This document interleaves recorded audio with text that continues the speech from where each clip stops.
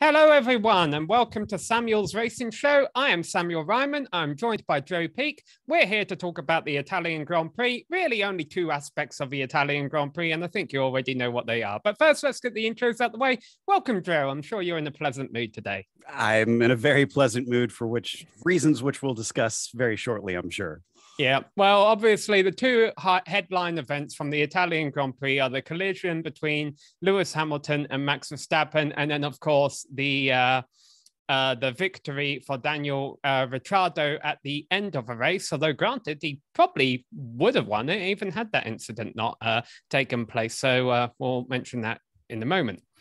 All right, of course, there's been a lot of people kind of laughing about the fact that incident was kind of destined to happen. Like, those two drivers were never meant to meet on track after Verstappen had the 10-second pit stop, but then Hamilton had the 4-second pit stop, and all of a sudden they're on track together. Crofty's going, oh, Hamilton's coming out of the pits, and Norris has beaten them into the corner. I think every single spectator at home was like, we don't really care about Norris right now. You see that purple car back there.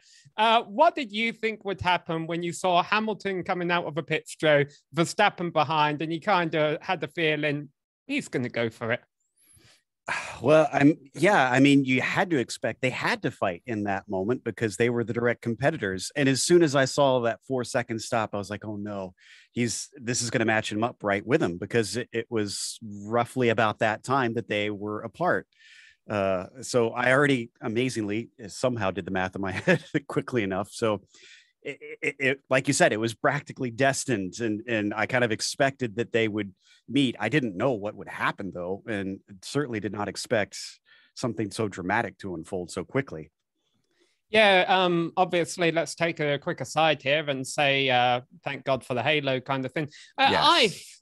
For a while, I've been, I agree the Halo's a great addition, but I still don't like it at times every now and then, because Formula One, people keep saying, oh, that could have hit his head. Oh, that could have hit his head. But I'm like, Formula One cars have been racing for 50, 60 years. And yeah, there have been many crashes where they could have hit someone's head, but they never did. Well, sometimes they did. But, a lot of the times they would miss them. But this is one time where, yeah, without the Halo, he would have hit his head. Yeah, it would have had serious consequences. And honestly, to me, it kind of goes back to, I think about sometimes how dirt cars used to not have screens in front of them. Obviously, it's more like grading, like kind of a fence sort of thing. But think about how crazy it would be now if they were to race without that. They have to have something there, but it's something where over time, I think we'll get used to it enough and be like, how did we race so many years without something like this? Yeah. All right. So let's get back to the incident. Let's do it in chronological order. We see Hamilton coming out the pits. We see Verstappen beside him. We know Verstappen's going to go for the gap. Hamilton pulls over to the side of the track, leaves Verstappen just enough space. I don't think that was a horrible move by Hamilton. They get through the right-hander. The two cars are alongside. Everything's okay at that point. Okay, maybe Verstappen's being a bit ambitious because at some point Hamilton's got to turn left. But in my mind, no one had done anything wrong in turn one. No, I think, like you said, on the initial entry, everything was good. I didn't see anything untoward. To me, and I'm sure some are going to be shocked since I'm more of a Hamilton fan, I think Hamilton's the one in the wrong on this as far as the second half goes, because he didn't leave enough space. However, you look at what happened earlier in the race, and I feel like Verstappen should have seen that coming, and the way that he's done that now twice, because he did the same thing at Imola as well. He should have known he was going to be squeezed off, but Hamilton didn't leave him the space. I blame two things for the incident, and I'm going to be opposite here in that I don't really blame Hamilton. I get where you're coming from. I get that, yes, Hamilton could have left more space on the left side, and then there would have never been an incident. But honestly, I don't think it was his responsibility. I think the first sin and the least controversial thing to blame is the racetrack for the sausage curb for launching Verstappen's car into Hamilton's in the first place. Had that sausage curb not been there, I understand why it's there, but had it not been there, Verstappen could have cut a little bit of a left-hander. Granted, there's some questions about cutting that turn, but the incident would have never happened. And also, secondly, I think there's a little bit of truth to what Hamilton's saying in that Verstappen knew there could be an incident. And the reason why is because of Verstappen's post-crash comments. He was like, that's what you get when you don't leave a space. It almost sounded like he knew it was going to happen. Not that he wanted it to happen, but he was willing to take the risk that, okay, this could end in a crash. And I feel like, excuse me, I feel like that's some of his youth showing through, where it was, I'm not going to give it up. Like you said, if he knew it was going to happen, he could have bailed out and that would have avoided it. And I definitely agree. I'm on the curbs that I feel like we're starting to hit a point where those sausage curbs have really become dangerous. Because I think back to, I think it was Antonio Liuzzi. Apologies if I'm getting his name wrong, but one of the HRT drivers in Monza lost it on the grass, was launched by that and smacked into a bunch of cars like a bowling ball. Imagine if he had just been a slightly higher, because that was before the halo, he could have hit somebody's head, which again, another thing, thank goodness we have the halo now, because at least if we did get that situation, there'd be some protection. Yeah. And another reason I kind of blame, or I was a little bit surprised, honestly, there wasn't a bit more blame being put on Verstappen, is the crash, to me, reminded me a lot, and this is a very specific incident, so some people will remember it and some won't, of the Maldonado-Hamilton crash at the 2012 European Grand Prix at Valencia.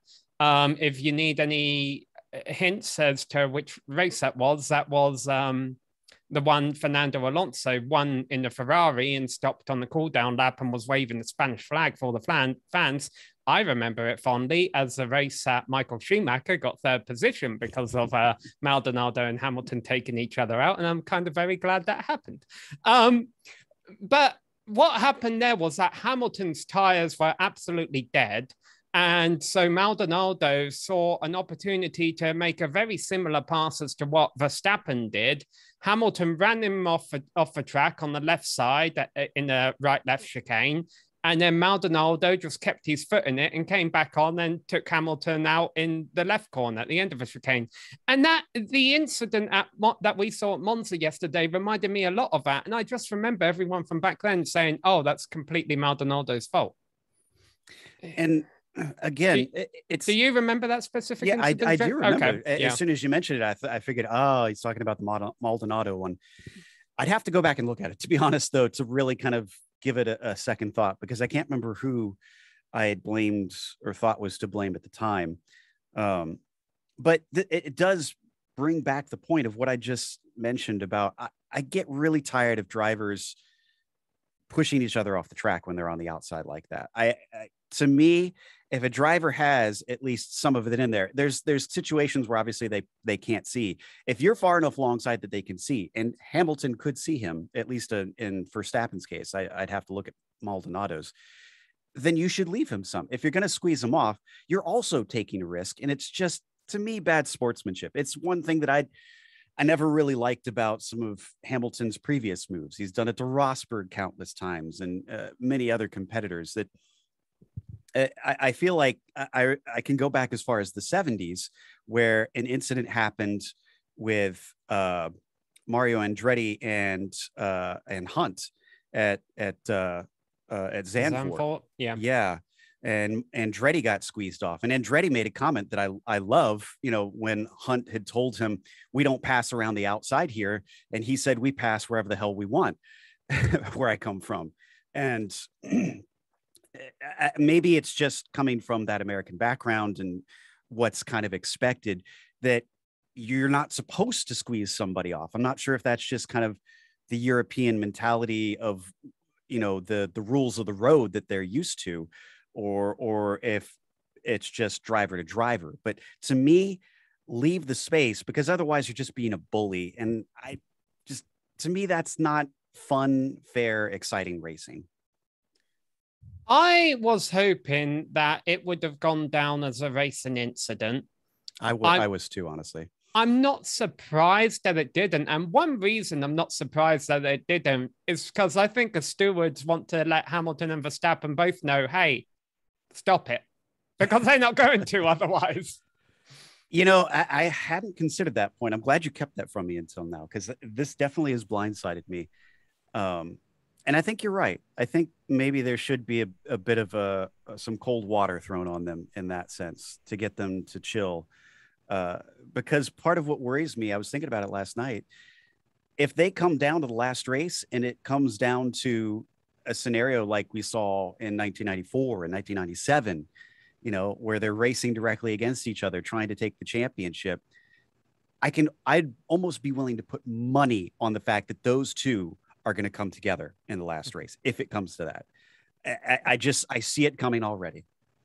I think they could come together at Russia, although granted, Verstappen, I think a lot of people expect now that he's got the penalty anyway, that they're going to take the new engine components at Russia.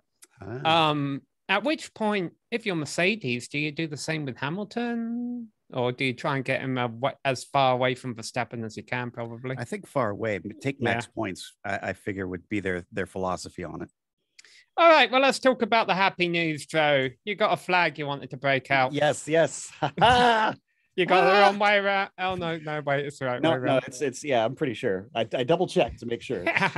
Well, I got my orange T-shirt. I'm not even a McLaren fan. I was yesterday, though. When they took each other out and the safety car bunched them all out, I honestly didn't know. I hadn't been paying enough attention to the strategy when the safety car came out to really realize who this benefited and who this hurt.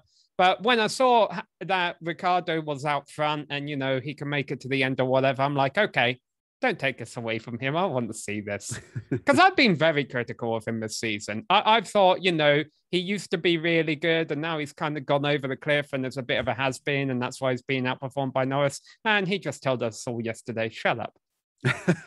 I don't know if I would call myself critical, but I was less than impressed with the way that he had adapted to new teams. Because he had the same problem at Renault and now coming over to McLaren, it seemed like he was struggling. But to his credit, it seemed like a lot of people had said the McLarens are usually hard to drive, or at least very unique in how they drive. So you can kind of understand. Even still, I would have thought by this point in the season that he had gotten used to it enough that he'd be more competitive against Norris. Well, maybe now he has. I don't know. Whatever the case, you talk about being a McLaren fan. They're the team that I definitely attached to quickest when I first started. Why? Following F1. You know how you're going to laugh at this. You know how you attached to Michael Schumacher because he was in his kind of struggling period when you started following and he was a bit of the underdog. I started following 2009. Put two and two together there. Yeah, well, in 2009, it was Brawn and Red Bull. So, who was Hamilton's teammate that season? Was it Heikki Kovalainen? Okay. So, yeah, they would win the occasional race, but not.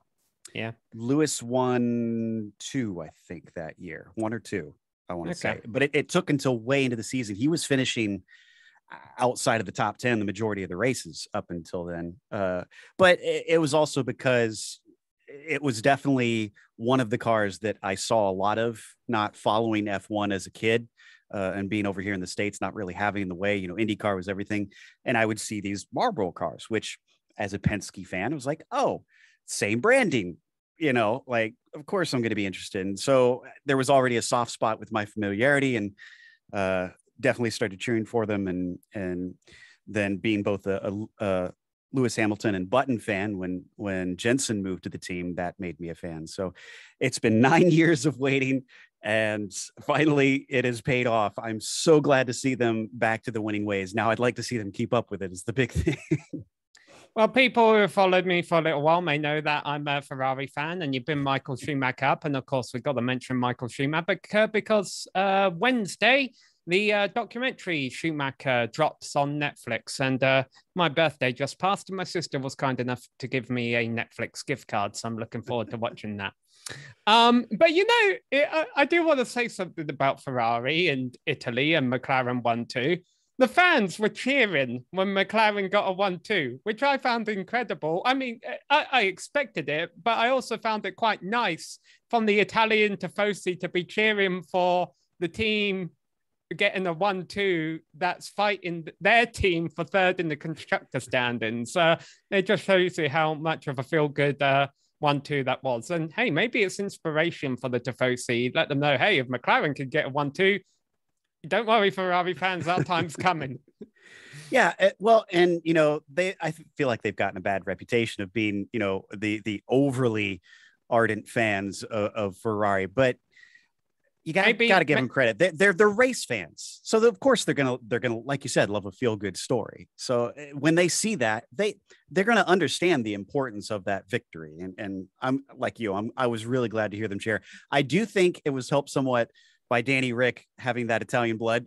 Yeah. I loved his interview, his post-race interview, pulling out the Italian and surprising Coulthard like that. I kind of thought he would speak Italian because that's where the I comes from in his last name. That's why it's Ricciardo and not Riccardo. It is pronounced Ricciardo, though. He has corrected people on that, I will say. I'm wondering if a Tifosi were watching the Dutch Grand Prix and be like, oh man, that's how the rest of the world sees us. Maybe they toned it down a little bit. Could be. Yeah. All right. No F1 this weekend. What are you looking forward to this week, Joe, other than watching Schumacher on Netflix? To be honest, I've been so busy with GSRC stuff that I'm a little behind. So I'm trying to play catch up. I'm still watching IndyCar myself today and trying to finish watching that race. So I don't even know what's coming up this weekend, truth be told. NASCAR. Oh, I actually have my list right here. Oh, thank you. Yeah, my weekly planner. NASCAR is at Bristol. Ooh. MotoGP is at Aragon, and IndyCar's at Laguna Seca. Ah, yes, a classic. I'm glad to see that. Probably most looking forward to Laguna Seca then. Yeah. Favorite track of mine, with easily my favorite series. It was interesting. Roman Grosjean, as soon as the race at Portland was over, I'm not going to spoil his race for you, but okay. I'm going to tell you he's been quite open about the fact that he's not been a massive fan of a track, but he's saying he was already like, I've been looking forward to Laguna Seca. He's been putting that on Twitter. So it's nice to know that even in the F1 international community, that track has a soft spot for all kinds of different racing drivers. It's one of those things where I'm a bit torn because I'd love to see F1 have the ability to race on it, but I also don't want it to lose a lot of its character because I feel like they might nerf a few things if they try to make it FIA grade 1. I'm trying to think if it has any paved runoff. I guess on the final corner on turn 11, it does, but otherwise it's not a lot of paved runoff around there. So, and I prefer those tracks that don't have the paved runoff because I feel like it's more of a challenge. So we'll see. Maybe someday they can find a way. I feel the same at Road America. I just can't see Formula One at Laguna Seca working because I just see those cars bottoming out every time they go over the crest at the corkscrew. Got to design a car that can do it. Then they put that on the car designers, not on the track. All right. Well, thanks for coming to talk to us, Joe, and enjoy the McLaren victory. And I'll be standing by for Ferrari's next one. All right. Thanks, man. Hopefully I'm not waiting too long. Take care, everyone.